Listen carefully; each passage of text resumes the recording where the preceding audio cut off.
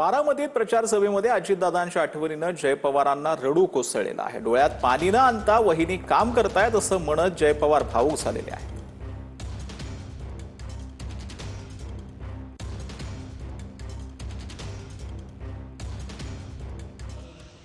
तर तुमच्या मागासवर्गीय बघितली आज मी तुमच्या समोर आलो कारण दादांचं बाळामतीचं प्रगतीचं स्वप्न आज आपल्या हाती आहे। अमरावतीच्या परतवाडामधील मोहम्मद अयाज मोहम्मद तन्वीर नावाच्या युवकावर अनेक तरुणींना ब्लॅकमेल करून लैंगिक अत्याचार केल्याचे आरोप आहेत। या तरुणानं 180 तरुणींचं लैंगिक शोषण करून 350 व्हिडिओ व्हायरल केल्याचा आरोप अनिल मुंडेंनी केला। या प्रकरणी तात्काळ पोलिसांनी SIT स्थापन करावी आणि संध्याकाळपर्यंत गुन्हे दाखल करून आरोपींना अटक करावी अशी मागणी मुंडेंनी केलेली आहे। अन्यथा बुधवारी SP कार्यालयासमोर आंदोलन करू असा इशारा देखील मुंडेंनी दिला। अल्टिमेटम पोलिसांना दिला। उद्या भारतरत्न बाबासाहेब आंबेडकर यांची जयंती आहे। परवाच्या दिवशी SP ऑफिसच्या समोर सगळेच्या सगळे नगरसेवक महिला कार्यकर्ते सगळेजण इथं बसू आणि जोपर्यंत त्या पोरांना अटक होत नाही तोपर्यंत SP ऑफिस सोडणार नाही बिलकुल। कारण का SPला जर का गंभीरता नसेल तर मग काही खरंच नाही। आणि म्हणून मी माननीय मुख्यमंत्री देवेंद्रजी फडणवीस यांच्याही कानावर हे प्रकरण तातडीनं पाठवणार आहे आणि SIT लावण्याची मागणी सुद्धा करणार आहे। तर आमदार बच्चू कडूंनी माउंट एव्हरेस्ट बेस कॅम्प सर केलेला आहे।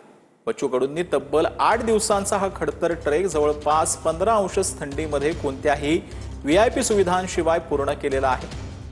14 जणांच्या टीमनं दररोज 12 ते 14 किमी तर शेवटच्या दिवशी 17 किमी ट्रेक केला।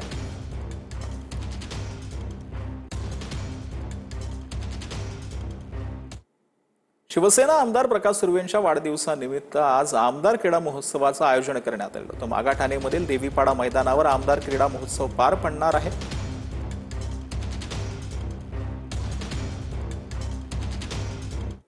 तर सोलापूरच्या करमाळा तालुक्यातील वरकठेनवाडी या मेंढपाळ मारहाण प्रकरणामध्ये धनगर आंदोलक पांडुराम मेरगड यांनी पोलीस निरीक्षकांची भेट घेतली। मारहाण प्रकरणामध्ये करमाळा पोलिसांनी आतापर्यंत 36 जणांना अटक केली आहे। उद्यापर्यंत सर्व आरोपींना अटक करण्याची मागणी मेरगड यांनी केली आहे।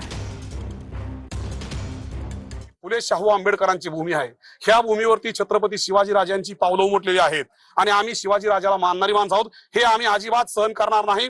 उद्या 4 वाजेपर्यंत जर का त्या लोकांना जेरबंद केलं गेलं नाही, त्यांच्या मुसक्यावर गेलं नाही तर परवा दिवशी प्रचंड मोठ्या संख्येनं महाराष्ट्रातील लोक या ठिकाणी करमाळ्याच्या पोलीस स्टेशनवरती धडकतील। एक विराट मोर्चाचं आंदोलन केलं जाईल आणि त्या मोर्चाची सांगता आमरण उपोषणानं केली जाईल आणि जोपर्यंत सगळे आरोपी जेरबंद होत नाहीत, त्यांच्यावरती गंभीर गुन्हे दाखल होत नाहीत, तोपर्यंत हे आंदोलन संपणार नाही।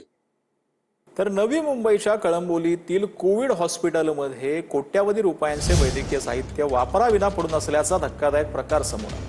विरोधी पक्षनेते अरविंद म्हात्रे यांनी पाहणी दौरा करत प्रशासनाच्या निष्क्रियतेवरती सवाल उपस्थित केले आहेत। जनतेच्या पैशातून उभारलेली ही साधनसामुग्री वाया जाऊ नये यासाठी हॉस्पिटल तातडीनं कार्यान्वित करावं अशी मागणी म्हात्रे यांनी केली आहे।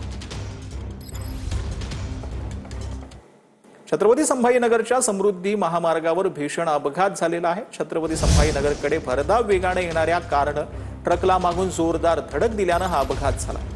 धडकेनंतर कार तब्बल 100 फूट फरफटत गेल्याची देखील माहिती आहे। अपघातानंतर घटनास्थळी अग्निशामक दलानं तातडीनं धाव घेत बचाव कार्य सुरू केलं। कारमधील 2 प्रवाशांना सुखरूप बाहेर काढण्यात यश आलं आहे, मात्र चालकाचे पाय अडकल्यानं त्याला बाहेर काढण्यात अडचणी येत होत्या। त्यात त्याचा होरपळून मृत्यू झाला। सर गाडी पुढे गाड्या पारे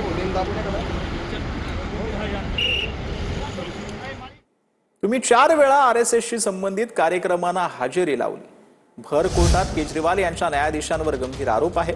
मद्य धोरण प्रकरणामध्ये CBIच्या याचिकेवरील सुनावणी दरम्यान केजरीवालांचा आरोप पाहायला मिळतो। न्यायमूर्ती स्वर्णकांता शर्मांनी RSS अधिवक्ता परिषद या संस्थेच्या कार्यक्रमांना 4 वेळा हजेरी लावली आहे असा आरोप केजरीवाल यांनी केला।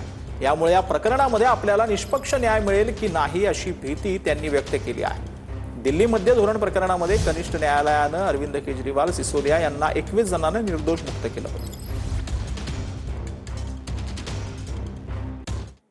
तर रॉयल चॅलेंजर्स बंगळुरू विरुद्धच्या सामन्यादरम्यान रोहित शर्माला दुखापत झाली. रोहित शर्मा मुंबईतील एचएन रिलायन्स हॉस्पिटलमध्ये दाखल झालेले आहेत. अहवाल आल्यानंतर पंजाब किंग विरुद्धच्या सामन्याबाबत निर्णय घेतला जाईल.